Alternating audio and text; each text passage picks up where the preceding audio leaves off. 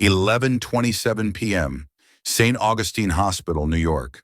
A man rushed in, stab wound to abdomen, blood everywhere, equipment failing, doctor panicking. "We're losing him!" A young nurse stepped forward, voice calm. "Step back, 30 seconds. She used clamps and bare hands. Located the artery by touch, sutured it closed. Pure instinct. Patient stabilized. Room erupted, then doors burst open. 5 FBI agents stormed in. "We need Captain Hayes. Now!" Silence. The quiet nurse looked up. Eyes cold. "Haven't heard that name in years." Doctor stared. "Hayes, you're just a nurse." She stood. "I was Captain Hayes, Special Operations Medical Command, before I disappeared." Emily Hayes, 32 years old, night shift nurse. Quiet, reserved. Everyone thought she was ordinary. Dr. Ethan Cole, emergency room physician, respected her, but knew nothing about her past. Special Agent Robert Hale, 40 years old, FBI unit commander, once her teammate in military medical special operations. Emily lived alone in an old Brooklyn neighborhood, worked regular shifts. No one knew her history. She had a habit of arriving early, sitting in the break room, writing in a notebook with military-precise handwriting. When colleagues asked, "Were you a surgeon before?" she'd just smile. Just someone who's seen too much blood. Her apartment was sparse, clean, organized with military efficiency. On her dresser sat a single photograph. 8 people in combat medical uniforms. 7 of them crossed out in red pen. Only Emily's face remained unmarked. She never spoke about it, never explained why she worked night shifts, why she lived alone, why she sometimes flinched at loud noises. Dr. Cole noticed she was different. The way she assessed wounds, the calm in her movements, the precision in her decisions. "You're more than a nurse," he'd said once. "I'm exactly what I need to be," she'd replied. That night started like any other. Emily arrived at 10:30, changed into scrubs, checked supplies, prepared for whatever the night would bring. But this night would be different. At 11:15, the ambulance radio crackled. "Multiple trauma incoming, gang violence, mass casualty event." The ER exploded into action. Doctors and nurses preparing, equipment rolling, trauma bays clearing. 6 patients arrived simultaneously. Gunshot wounds, stab wounds, severe bleeding. The ER was chaos, people shouting, machines beeping, blood everywhere. Emily moved through it calmly, assisting, anticipating, knowing exactly what to do. Then the 7th patient arrived. A man in his 30s, stab wound to the abdomen, bleeding profusely, eyes rolling back. "He's crashing!" a nurse shouted. Dr. Cole ran over. "Get me suction. I need visualization." But the suction machine malfunctioned. The backup wasn't working. Blood pooled faster than they could manage. "We're losing him!" Cole's voice showed panic for the first time. Emily pushed through. "Doctor, let me." "Not now, Hayes. Doctor, let me." Something in her voice made him step back, made everyone step back. Emily didn't use instruments. She pressed her hands directly into the wound, felt for the anatomy, located the source by touch alone. Hepatic artery, severed cleanly, applying pressure here. Her fingers moved with absolute certainty. Dr. Cole stared. "How do you know exactly where?" "I've done this before, in sand, under fire, without anesthesia." She grabbed a clamp with her other hand, used her fingers to guide it, found the artery, clamped it, all within 30 seconds. The bleeding stopped. The patient's vitals stabilized. The entire ER stood in stunned silence, watching this quiet nurse who'd just done what should have been impossible. Emily stepped back, covered in blood, breathing steady. "He needs surgery, but he'll make it." As she turned to wash her hands, the ER doors burst open. Not paramedics, not patients. 5 people in dark suits, FBI badges displayed, serious expressions. The lead agent stepped forward. "We need to speak with Captain Emily Hayes, immediately." Dr. Cole looked confused. "There's no captain here, just Nurse Hayes." Emily removed her surgical mask. Her expression changed. The quiet nurse disappeared, replaced by something harder, colder, more dangerous. "They're not wrong, doctor. I was Captain Hayes. Once." Agent Hale stepped forward. Someone Emily recognized immediately. "We don't have much time. They're using Cerberus again." Emily's face went pale. That name, like a knife cutting into memory. Cerberus, the bioweapon she'd sworn to bury forever. "That's impossible. We destroyed it. Someone rebuilt it, and they're testing it here, in New York." Emily looked at Dr. Cole, at the ER, at the life she'd built, the quiet existence she'd maintained for 3 years. Then she looked at Hale. "How many infected?" 12 confirmed, but the count is rising." Emily pulled off her gloves, threw them in the biohazard bin. "How long do we have?" "Hours, maybe less." She nodded once, decisive. "I need to make a call. Then I'm coming with you." Dr. Cole grabbed her arm. "Emily, what's going on?" She met his eyes. "I'm sorry. I can't explain. But people will die if I don't go." "Who are you, really?" Emily smiled sadly. "Someone who tried to leave war behind. But war doesn't let go that easily." She walked toward the exit, toward the FBI agents, toward a path she tried to escape. Behind her, the ER staff stood frozen, confused. The quiet nurse they'd known had vanished, replaced by a warrior they never knew existed. A nurse later recalled, "She washed her hands like normal, then said, 'I need a level 4 hazmat suit.' No hesitation, like she'd been waiting for this day for a very long time." 2 hours later, FBI field base near Brooklyn Bridge. The situation was critical. A mysterious outbreak spreading, victims seizing, blood turning black, transmission within 10 minutes of exposure. Hale handed Emily a classified file. "The person who created Cerberus. It's Reed, Defense Department medical advisor." Emily's hands clenched. Reed had been her superior officer, the man who'd abandoned her unit to die 3 years ago in Kandahar. "Why me?" "Because you're the only person who ever created an antidote and destroyed it. Now you need to make it again." Emily suited up in level 4 biohazard gear. Police and medical staff watched, fear in their eyes. She spoke through the intercom. "If I fail, seal this room. Don't open it, even if you hear me calling." Inside the sealed laboratory, Emily worked with mechanical precision, mixing solutions, UV radiation, plasma filtration. Her movements were automatic, muscle memory from years of training, from missions she'd tried to forget. She thought about Reed, about the betrayal, about watching her team die while he evacuated. She thought about the promise she'd made, to never let anyone use biological weapons again. And she thought about the 12 people already infected, 12 people who would die without an antidote. Her hands moved faster, more precisely, racing against time. Outside, Hale coordinated with other units. "We need to contain this before it spreads beyond Brooklyn. Sir, we're tracking additional cases. The infection is accelerating." "How many now?" 27, and rising." Hale looked through the window at Emily. She was their only hope. If she failed, the city would fall. Suddenly, an explosion rocked the building. Glass shattered. Alarms blared. "We're under attack," someone shouted. Armed mercenaries stormed the perimeter, firing automatic weapons. Reed had sent them to destroy the evidence.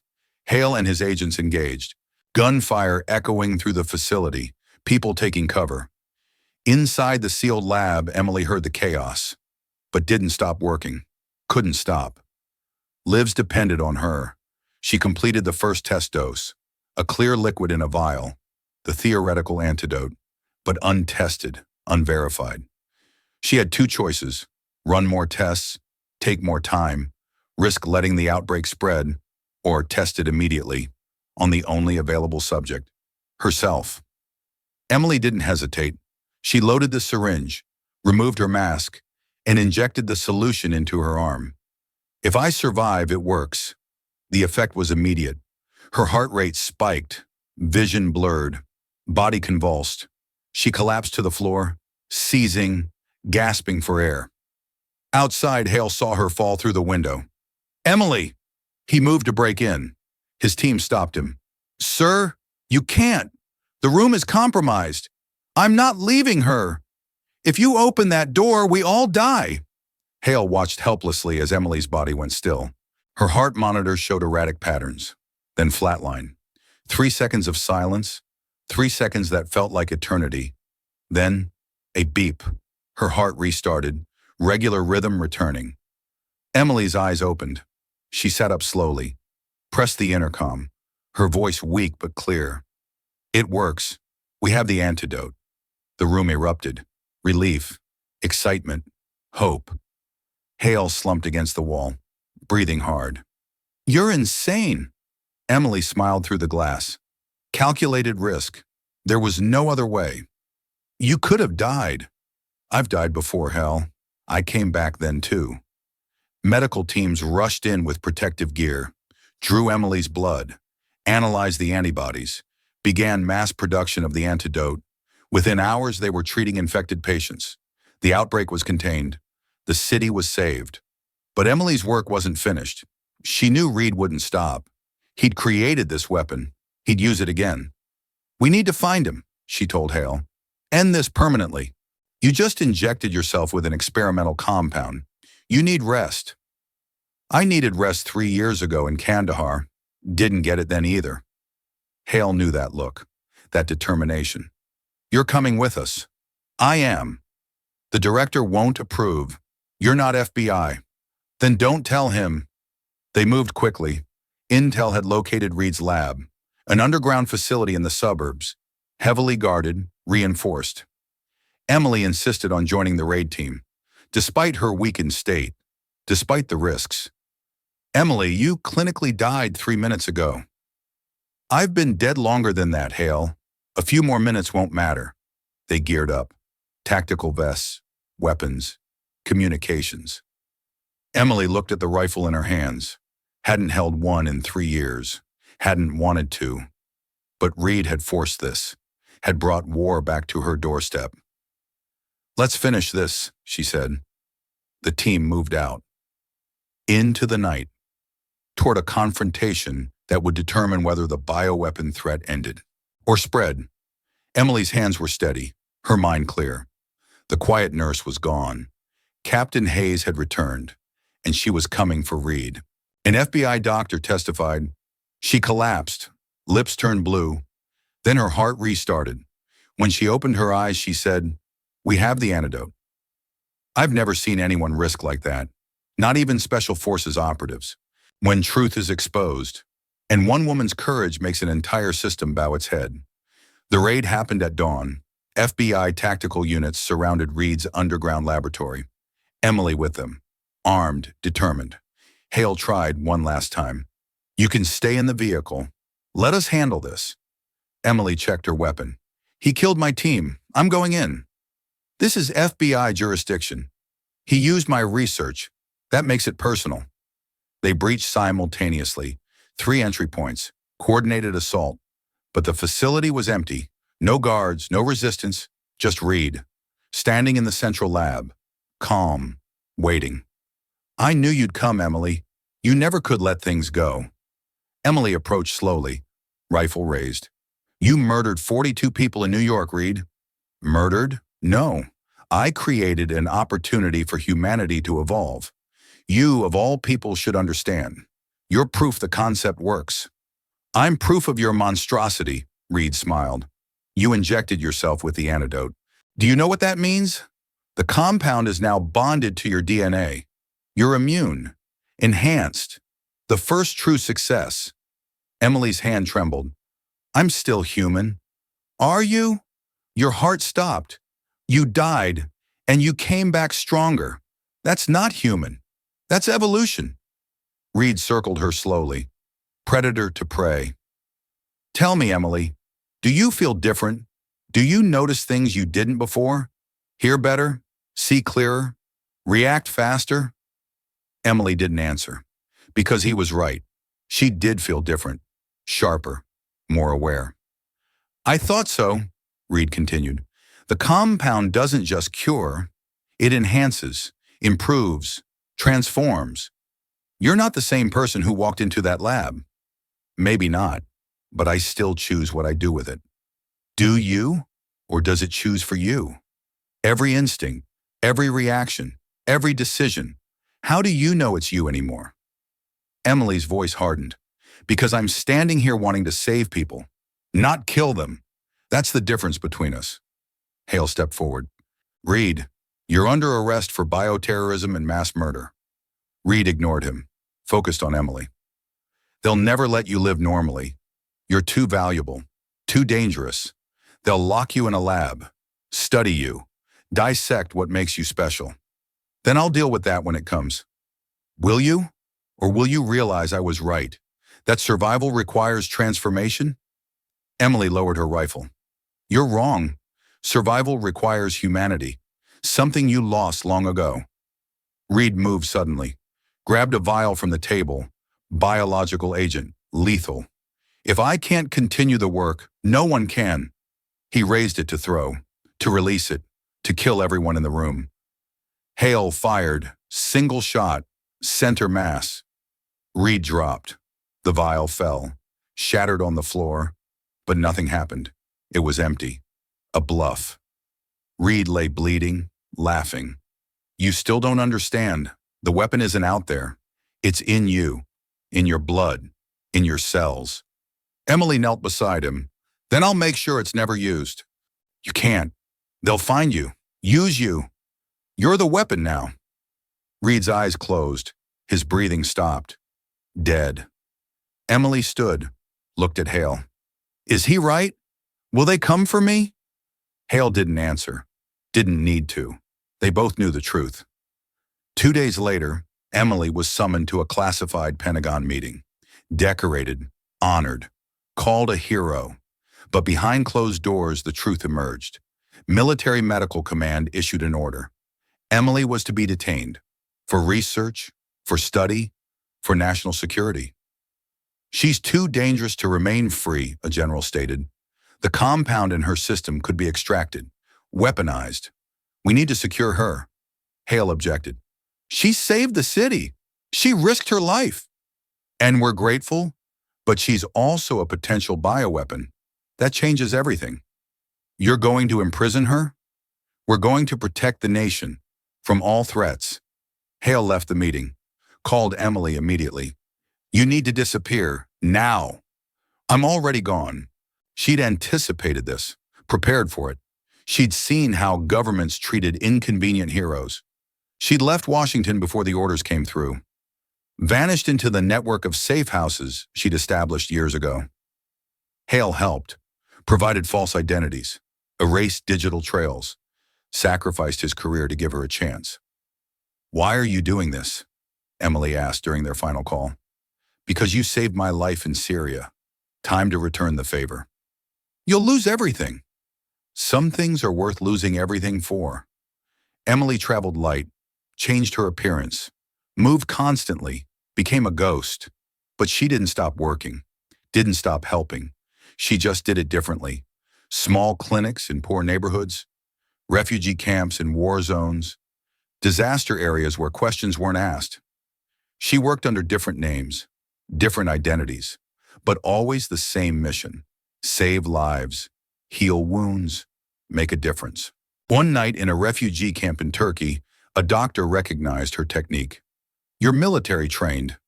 Emily didn't deny it. Once, long time ago. We could use someone with your skills, permanently. I don't stay in one place long. Why not? Because staying gets people hurt. She finished treating the last patient, packed her medical supplies, prepared to move again. As she left, a young girl ran up, handed her a drawing, a picture of an angel with a medical bag. You saved my brother, thank you. Emily knelt down, smiled. You're welcome. Take care of him. Will you come back?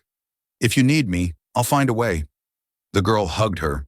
Emily held her for a moment, remembered why she kept going, why she kept risking everything. For moments like this, for people who needed help, for lives that mattered. She walked into the night, toward her next destination, her next mission. Behind her, the camp slowly quieted. People sleeping, dreaming, living, because someone had been there when they needed help. Emily didn't need recognition, Didn't need medals, didn't need official approval. She just needed to know that when someone called for help, when someone needed saving, she would answer. That was enough. That had always been enough. Hale tracked her occasionally, made sure she was safe, never reported her location.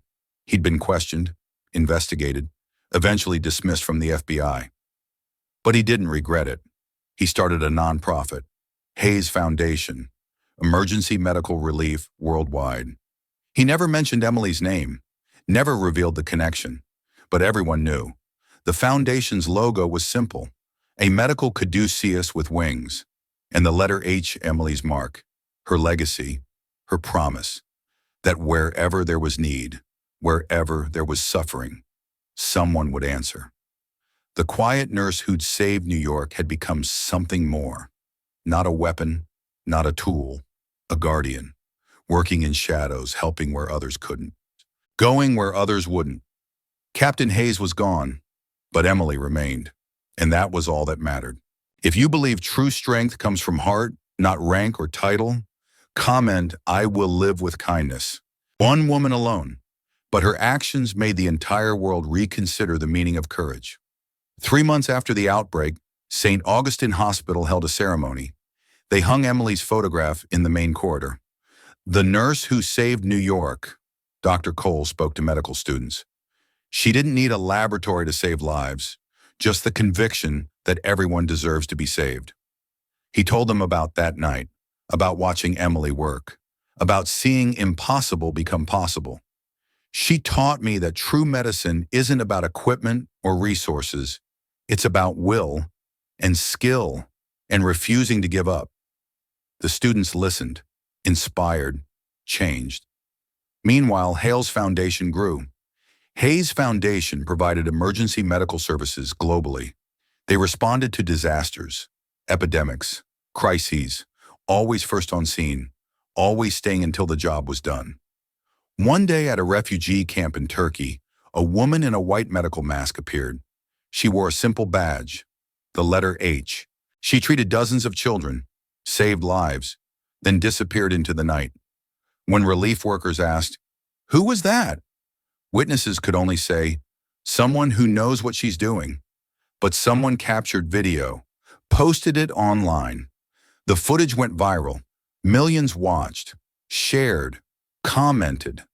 The hashtag #Duryawan Captain Hayes trended worldwide. News outlets tried to find her. Governments issued statements. Everyone wanted to know who she was. But Emily stayed hidden, kept working, kept moving. She appeared at a field hospital in Somalia, at an earthquake zone in Nepal, at a flood disaster in Bangladesh. Always the same pattern. Arrive, save lives, disappear. She became a legend, the medical ghost, the guardian angel, the woman who answered when called. Dr. Cole followed her story, collected reports of her appearances, mapped her journey. "She's everywhere," he told colleagues, "wherever there's need." One of them asked, "Why doesn't she come back? She'd be welcomed, honored." Cole shook his head. "Because coming back means being controlled, being limited, being told where she can help and where she can't. She won't accept that. But she's alone, hunted. No, she's free and helping more people than she ever could in one place." The foundation continued growing, trained medical professionals, sent teams globally, built a network of responders, all inspired by one person, one nurse who'd refused to accept limitations, who'd risked everything to save others. Hale never spoke publicly about Emily, but privately he received messages, encrypted, brief. Turkey secured, moving to Jordan. Nepal complete, heading to Philippines. Bangladesh stabilized, next location classified. He'd respond simply, "Stay safe." She'd reply, "Always." Their friendship had evolved, no longer teammates, but still connected, still working toward the same goal: save lives, make a difference, change the world one person at a time.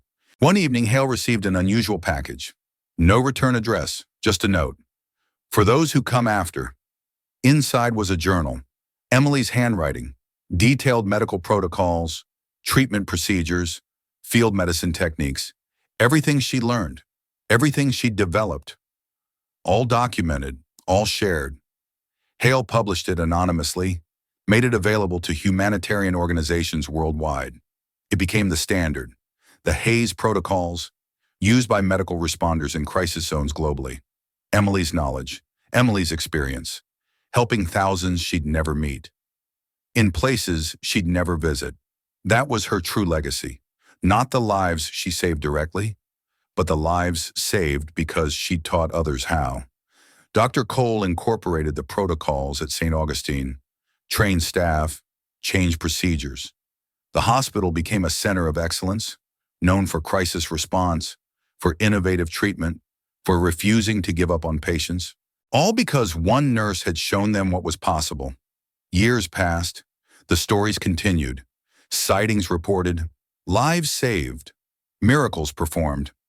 But Emily never returned, never revealed herself, never claimed credit. She remained what she'd always been, a healer, a helper, a guardian, working in shadows, answering when called, making the impossible possible. If you respect those who serve without seeking recognition, comment respect. No title needed, no audience required, just the knowledge that when someone needs help, she'll be there. 1 year after the New York outbreak, the Pentagon held a classified ceremony, honoring those who'd responded, who'd saved the city. Hale was invited to speak. He stood at the podium, looked at the assembled officials. When the world needed her, she answered, not for recognition, not for reward, but to keep a promise to those who'd fallen. She taught me that courage doesn't require rank, it only requires heart. Among the guests sat a woman, wearing a medical uniform, cap covering most of her face. She left quietly before the ceremony ended. Outside, an old ambulance started its engine. Radio crackled. Hale's voice. "Captain Hayes, they still need you." Emily smiled, keyed the mic. "Copy that." The ambulance drove away into the sunrise, toward the next crisis, the next call, the next person who needed help. Emily drove through the morning light, thinking about her journey, about the lives saved, about the price paid. She thought about her fallen team, about the promise she'd made to honor them by continuing the work. She thought about Reed, about the bioweapon, about the threat she'd neutralized. But mostly she thought about the people she'd helped, the children treated, the mothers saved, the families kept whole. That was what mattered, not her name in history, not medals or honors, but the difference she'd made. She pulled over at a rest stop, checked her secure phone. Messages waiting. Earthquake in Peru. Medical teams needed. Epidemic in Congo. Hayes protocol requested. Flood in Vietnam. Urgent assistance required. Emily studied the messages, prioritized, calculated, decided. She'd go to Peru first, highest immediate need, then Congo, then Vietnam.